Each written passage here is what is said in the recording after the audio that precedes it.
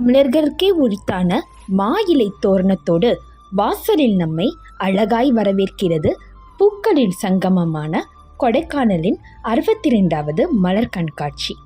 மனதில் எத்தனை பாரம் இருந்தாலும் அத்தனை பாரத்தையும் நொடியில் மறக்க செய்து விடுகிறது இந்த இயற்கை. யார் கொடுத்தது இந்த சக்தி இயற்கைக்கு? என் ஆழ்மன காயத்திற்கு இதமான தென்றலாய் ஆறுதல் தருகிறது.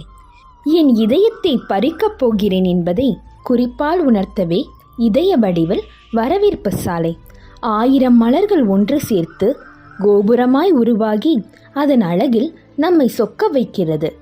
காதலுக்கே உரித்தான இதய வடிவம் பூக்களால் உருவாகி காண்பவர் மனதை பறிக்கிறது. நம் தேசிய பறவைக்கு சுட்டெரிக்கும் வெயில் தாங்க முடியவில்லை போல. ஆதலால் கொடைக்கானலில் சற்று வெப்பம் தணிக்க வந்துள்ளதோ.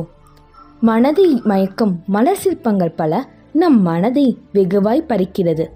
நிஜ உலகை மறந்து இந்த இயற்கை அளித்த கற்பனை உலகத்தில் என் மன துன்பங்களை சற்றே மறந்து இயற்கையின் மடியில் நிம்மதி அடைந்தேன். மலர்களின் நடுவில் என் மதிமயங்கி நிற்கிறேன்.